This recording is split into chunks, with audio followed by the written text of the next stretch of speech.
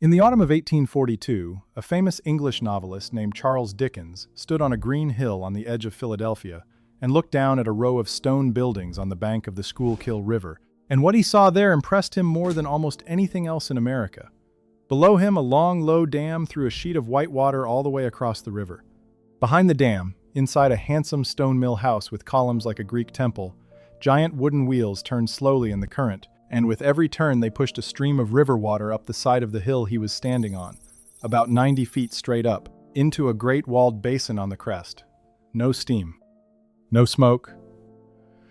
No engine burning coal anywhere in sight. The river was lifting itself into the city, climbing a hill it had no business climbing, and doing it with nothing but its own weight and a machine that men had built by hand. The man who designed that machine was an engineer named Frederick Graff, and the great dam that fed it was built by a contractor from Massachusetts named Ariel Cooley. I went looking for the full story of how a young American city decided to raise an entire river up onto a hilltop before electricity existed, before there was a single electric pump anywhere on Earth. What I found is one of the boldest and strangest pieces of engineering this country ever attempted. And almost no one who walks past those stone buildings in Philadelphia today knows what they actually did. So let me show you what it really took, and why the city was desperate enough to try it. To understand why Philadelphia would reach for a whole river, you have to understand what the city had already lived through. In the late 1700s, Philadelphia was the largest city in the country and the capital of the new nation, and it drank from shallow wells and a few public pumps sunk into the ground between the houses. The trouble was that the city buried its dead and dug its privies into that same ground, and the wells sat close enough to the filth that the water came up tainted. For a growing city packed onto a narrow strip of land between two rivers, that was a slow poison waiting for a reason to strike. The reason came in 1793. That summer, a fever swept through Philadelphia that no one understood and no one could stop. They called it the yellow fever, for the color it turned the skin of the dying. It came in August, and it did not loosen its grip until the cold of November, and by the time it was finished, it had killed roughly 5,000 people in a city of about 50,000, 1 in 10. Nearly 20% of the people who stayed in the city died. Anyone who could afford a horse and a country house fled, including much of the government, and the streets emptied out while the carts went around to collect the dead. We know now that yellow fever is carried by a mosquito and not by bad water at all. But the people of 1793 did not know that. What they came away believing, with a terror that did not fade, was that their city was sick because their water was foul, and that a great city could not survive without a clean and abundant supply of it. The epidemic came back in 1797 and again in 1798, and each return drove the lesson deeper. Philadelphia had to find clean water, and it had to find a great deal of it. The city's first answer was a machine, and it was a famous one. In 1799, the city hired an English-born architect and engineer named Benjamin Henry Latrobe, one of the finest design minds in the country, to build a municipal water system from the ground up. Latrobe brought on a young assistant named Frederick Graff, and remember that name, because it runs through this whole story. Together, they laid out a system that pulled water from the Schuylkill River through a brick tunnel, lifted it with steam engines, and stored it in tanks at Center Square, in the very heart of the city, on the ground where Philadelphia's City Hall stands today. They housed the engine in a domed stone building that looked like a small temple, with a column of steam rising out of an opening at the top of the dome. The engine started in January of 1801, and at that moment they were the largest steam engines in the United States. For the first time, an American city had pumped river water through pipes to its own people, on purpose, by machine. It was a genuine first, and the country took notice. When the Center Square engines began to fail to keep up with the growing city, Philadelphia moved its steam pumping out to the bank of the Schuylkill at Fairmount, and the new Fairmount Steam Works opened on the 7th of September, 1815. To run it, the city turned to two of the most famous engine makers of the age. One engine was a great condensing machine of the Boulton and Watt type, the design that had powered the factories of England. The other was a high-pressure engine built by an American original named Oliver Evans, a Delaware-born inventor who had spent years insisting that steam under high pressure could do far more work than the cautious low-pressure engines of his day. Evans was right about the future of the high-pressure engine, and the whole age of the railroad would prove him so. But high pressure in 1815 with the iron and the craftsmanship of the time, was a dangerous thing. The Fairmount engine that Evans built was costly to run, and worse than that, it was deadly. It exploded, not once but twice, in 1818 and again in 1821, and the two blasts killed 3 men. Those 3 deaths sit at the center of this story because they are part of the reason the city lost its faith in steam. The machine that was supposed to save Philadelphia was burning the city's money and killing its workers, and a quieter, safer kind of power was waiting in the river it sat beside. But the center square works, and the early steam at Fairmount all shared a problem that would only grow worse, and the problem was money. Steam engines in the early 1800s were enormous, temperamental, and ravenous. They ran on wood, and they ate it by the cord. The 2 engines that supplied Philadelphia burned through thousands of cords of firewood a year, and the cost of feeding them ran to nearly $31,000 a year for each engine, an immense sum for the time. The wooden pipes leaked, the engines broke down, and the supply was never as steady or as large as a growing city needed. Frederick Graff, who had risen by now to become the superintendent and chief engineer of the city's water, watched the steam engines drain the city's treasury year after year, and he began to think about a different way. The river was right there. It fell. It moved with tremendous force. What if instead of burning a forest to fight the river, you let the river do the lifting itself? So Philadelphia made a decision that sounds almost backward to modern ears. It decided to abandon its expensive steam engines and reach for an older, simpler power, the power of falling water, and to build the whole thing in stone on a bend of the Schuylkill at the foot of a hill the locals called Fairmount. The plan was audacious in a quiet way.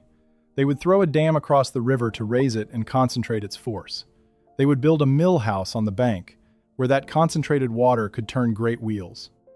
And those wheels, turning all day and all night on nothing but the river's weight, would drive pumps that pushed the river up about 90 feet to a reservoir on top of Fairmount, from which gravity would carry it down into every street in the city.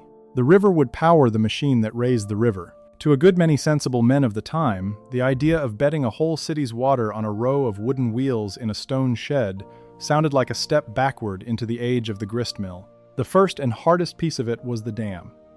To build the mill house and feed it, Graff and the city's watering committee needed to raise the level of the Schuylkill and hold it there, and that meant damming a wide, living river in the open. The man they hired for the job was Ariel Cooley, a dam builder from Chicopee in Massachusetts, a man who knew how to fight moving water for a living. On the 8th of April, 1819, the city signed a contract with Cooley to build the dam for $150,000. What he built was not a single wall of stone like a modern dam. It was 2 structures meeting in the middle of the river. From the west bank, he drove out a long timber crib dam, a framework of heavy logs built up in boxes and filled with stone, anchored to the riverbed and rising just high enough to back the water up. From the east bank, near the mill house, he pushed out a great earthen mound. The 2 reached toward each other across the current until they closed the river off. If the idea of bending a river to a city's will is the kind of history you came here for, I want to tell you that the project that taught American engineers how to do this in the first place, the Erie Canal, the artificial river that was dug across the whole state of New York with shovels and wheelbarrows, is now a book, the full illustrated account of how it was built before the machines existed. You can scan the code on your screen and start reading it tonight. Building a dam across a river while the river is still running is a slow and dangerous fight, and Cooley's crews fought it through 2 seasons. They worked from boats and from temporary platforms, sinking timber cribs into the current and weighting them down with stone before the water could carry them off, raising the bank from the other side a cartload at a time. The river ran high in the spring and tried to tear out what they had built, and they built it back. When it was finished, on the 25th of July, 1821, the dam ran better than 1,600 feet across the Schuylkill, and it backed the river up into a long, still pool that reached about 6 miles upstream. The dam did not just block the river.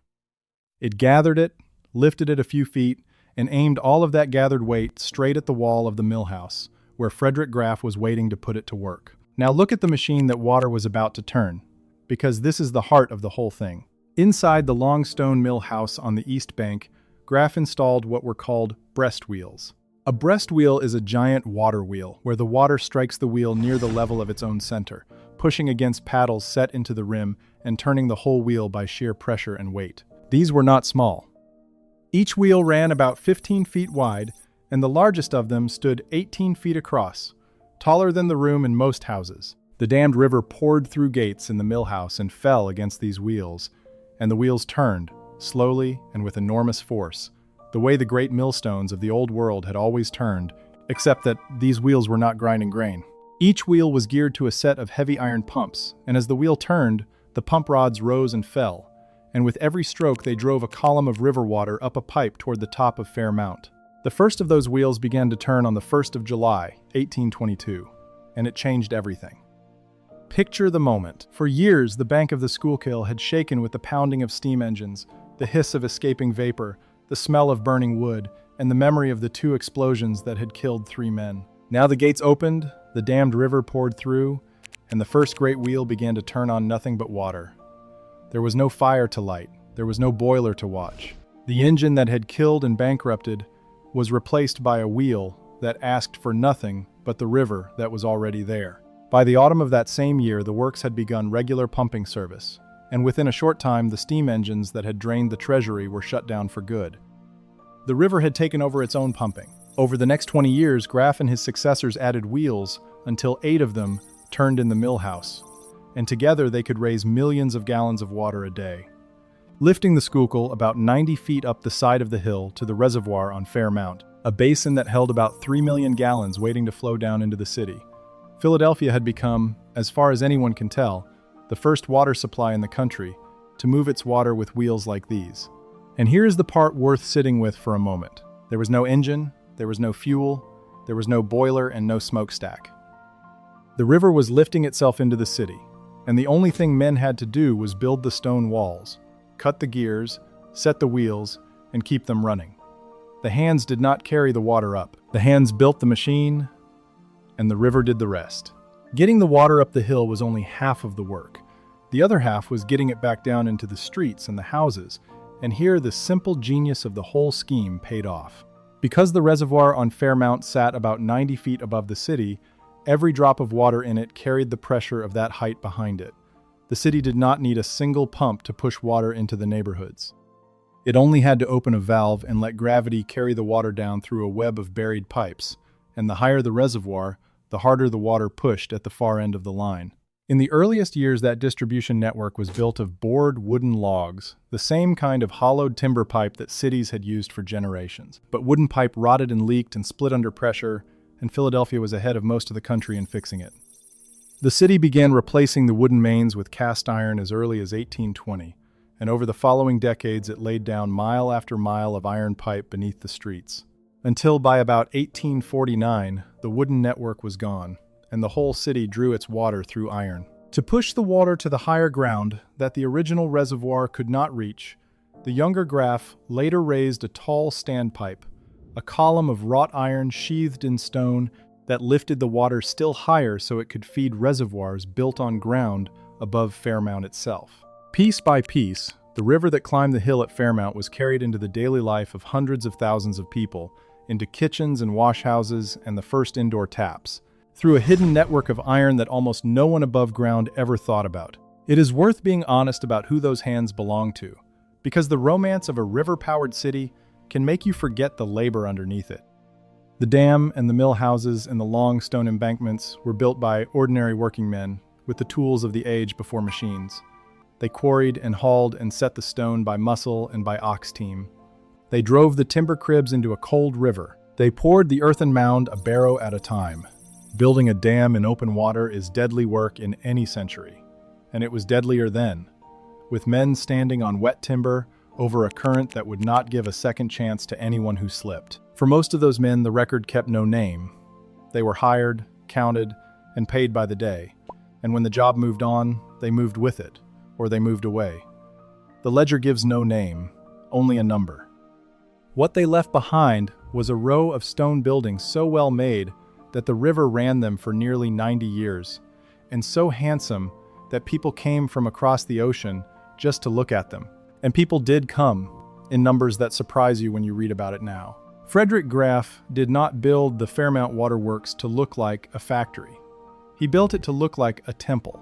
He laid out the mill houses and the engine house with Greek columns and clean classical lines, set them on terraces above the river, and planted gardens and walks and fountains around them. He had a basin and an esplanade and a viewing terrace built so that visitors could stroll along the river, watch the great wheels turn through the windows, and look out over the dam and the water climbing the hill. The first native-born American sculptor, a Philadelphia man named William Rush, carved statues for the grounds, and there is a lovely detail buried in his work that tells you how the city felt about its river. Rush had spent his career carving figureheads for the bows of wooden ships, and around 1809 he carved a statue of a young woman, a water nymph standing with a bird called a bittern lifted on her shoulder, and a jet of clean Schuylkill water gushed up out of the bird's beak as the centerpiece of a fountain. He carved her in pine and painted her white to look like marble, an allegory of the Schuylkill itself, the river made into a graceful figure giving water freely to the city. The result of all this care was that the most important piece of industrial machinery in the United States was also one of the most popular tourist attractions in the country. Families came on Sundays to stroll the terraces and watch the wheels. Travelers put it on their itineraries the way you would put a great monument. The English writer Fanny Trollope, who toured America and found very little to admire in it, singled out the Fairmount Waterworks for praise in her book on American manners in 1832. The works that kept the city alive had become a public garden that the whole city was proud of. If you are new here, and this is the kind of history you have been looking for, the quiet engineering and the named men behind the things we walk past without a second thought, take a moment to subscribe, or to join the channel as a member for early access to every new film. It is the simplest way to keep work like this going. The praise reached all the way across the Atlantic. When Charles Dickens, already one of the most famous writers in the world, toured the United States in 1842, he made a point of seeing the Fairmount Waterworks, and he wrote about it in his travel book, American Notes. He described Philadelphia as a city bountifully supplied with fresh water that was showered and poured out everywhere, and he called the works themselves no less ornamental than useful, a place laid out as a public garden and kept in the neatest order. Coming from Dickens, who was not in the habit of flattering America, that was high praise indeed. The waterworks had become a thing the young country could point to and say, "We built that," and the old world came to see it and admired it.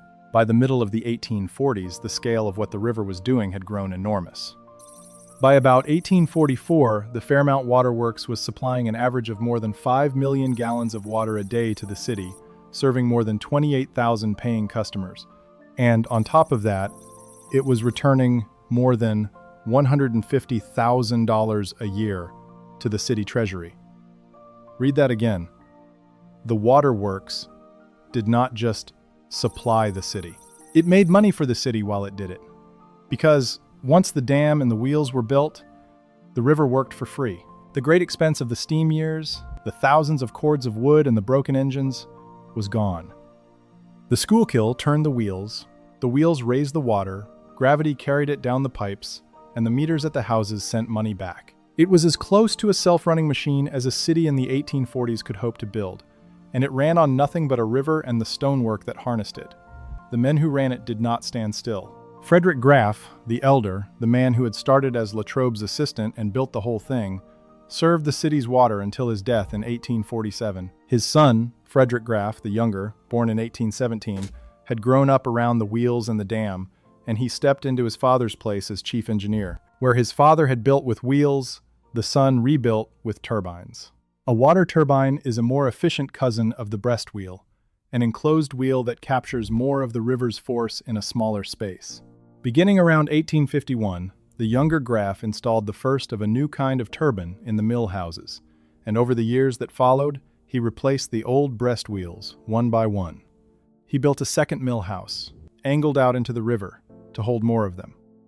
By about 1866, the great wooden wheels were gone and the works ran entirely on turbines, pulling more water from the same river with the same simple principle, the river driving the machine that raised the river. 2 generations of one family, father and son, spent their working lives on the same stretch of the Schuylkill, teaching a river to climb a hill. And here the story turns, because the very success of the Fairmount Waterworks created a problem that no wheel or turbine could solve. The works took clean water from the Schuylkill. But Philadelphia was growing into one of the great industrial cities of the world, and so was every town upstream, and all of them poured their waste into the same river. Mills, tanneries, slaughterhouses, coal washings, and the sewage of a swelling population came down the Schuylkill toward the dam, and the water that the wheels lifted up to Fairmount grew dirtier year by year. The men who ran the works understood the danger early, and they did something about it that turned out to matter far more than they could have known. To protect the water, the city began to buy up the land along the river. They started in 1845 with an estate called Lemon Hill, a country mansion on the bluff just above the works, and the younger Graff laid out its grounds as a public garden. The reasoning was simple and direct. If the city owned the bank, no mill or tannery or slaughterhouse could be built there to foul the water that the wheels were lifting. So they kept going. They bought the next estate and the next, working their way up both banks of the Schuylkill, until over the following years the city had acquired thousands of acres along the river, more than 3,000 acres in all, with the single goal of keeping the riverbank out of the hands of the polluters. It was one of the largest deliberate land purchases any American city had ever made, and the city made it not for beauty and not for recreation, but to defend a glass of clean water. That land became Fairmount Park. What had begun as a defensive purchase to guard a water supply turned, almost by accident, into one of the largest municipal parks in the country, established in 1867 and stretching for miles along both banks of the river. The effort to keep the Schuylkill clean enough to drink gave Philadelphia a vast green lung that the city still loves today, full of trails and boathouses and old mansions, all of it sitting on land that was bought to protect the water that the great wheels at Fairmount were lifting up the hill. It is one of the finest accidents in the history of American cities. A row of water wheels created a park, but the river kept getting dirtier, and in the end the dirt won. By the early 1900s, the Schuylkill at Philadelphia was simply too polluted to serve as the city's drinking water, no matter how clever the machinery that lifted it. The city built modern filtration plants elsewhere and pulled its supply from cleaner sources, and the Fairmount Waterworks, after nearly 90 years of turning a river uphill, was shut down in 1909. The wheels and the turbines stopped. The water stopped climbing the hill. The great machine that Frederick Graff had designed to outlast the steam engines had outlasted them by the better part of a century, and then it fell silent, not because it failed, but because the river it drank from had been poisoned by the very growth the works had helped make possible. The buildings did not vanish, though, and that is the part that brings the story back around to the hill where Charles Dickens stood. The stone mill houses with their Greek columns are still there on the bank of the Schuylkill, restored and standing, and they were named a National Historic Landmark in 1976 for what they were and what they did. The old engine house holds a restaurant now. The old mill house holds an interpretive center that tells the story of the river and the works. And the reservoir on the crest of Fairmount, the great basin that the wheels filled with water lifted 90 feet up the hill, is gone, replaced by something almost anyone in the country would recognize in an instant. The Philadelphia Museum of Art, the grand building at the top of the long flight of steps that thousands of tourists run up every year, stands on the exact ground where the Fairmount Reservoir once held the Schuylkill. Every person who climbs those famous steps is climbing the hill that a river once climbed first, pumped up by wooden wheels, turning in a stone shed on the bank below. Now, I want to be careful about the legacy, because the easy version of this story is not quite true, and you came here for the true one. People sometimes say the old waterworks still water Philadelphia, and they do not. The wheels stopped in 1909. The city drinks today from modern plants that filter and treat the water in ways Frederick Graff never imagined. So the works are not still supplying the city, but the idea they proved is alive in every faucet in America. The Fairmount Waterworks showed, earlier and more beautifully than almost anywhere else, that a modern city could supply itself with abundant clean water as a public good, owned by the city, paid for by the city, and run for everyone, rich and poor alike. It showed that you could harness a river's own power to do the work, cheaply and cleanly, long before there was an electric grid to lean on. Other American cities studied exactly how Philadelphia had done it, and the model of a municipal water system spread across the country in the decades that followed. The wheels at Fairmount were not only Philadelphia's answer to an old terror, they were a demonstration the whole nation borrowed. Think about what that machine actually represented, because I keep landing on the same idea. The Fairmount Waterworks was not only an engineering achievement, it was a decision about what a city owed its people, made in the shadow of an epidemic that had killed 1 in 10 of them. Philadelphia chose to spend a fortune and years of hard labor to give ordinary citizens clean water as a matter of course, drawn from a river and lifted by that same river up onto a hill so that gravity could carry it into every home. And it chose to do it with a kind of restraint that is almost startling to look back on. They did not burn a forest to do it. They did not chase the newest, most expensive machine. They looked at the river, understood that it already had all the power they needed, and built a stone house full of wheels to borrow that power and give it back. That is a confidence in simple things that we do not always have anymore. Which leaves me with a harder question, and I am going to hand it to you, the way I always do.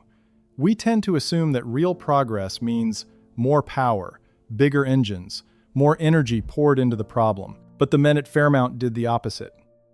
They had steam engines, the most advanced technology of their day, and they deliberately gave them up because they found something cheaper, cleaner, and more reliable in the river that was already flowing past their door.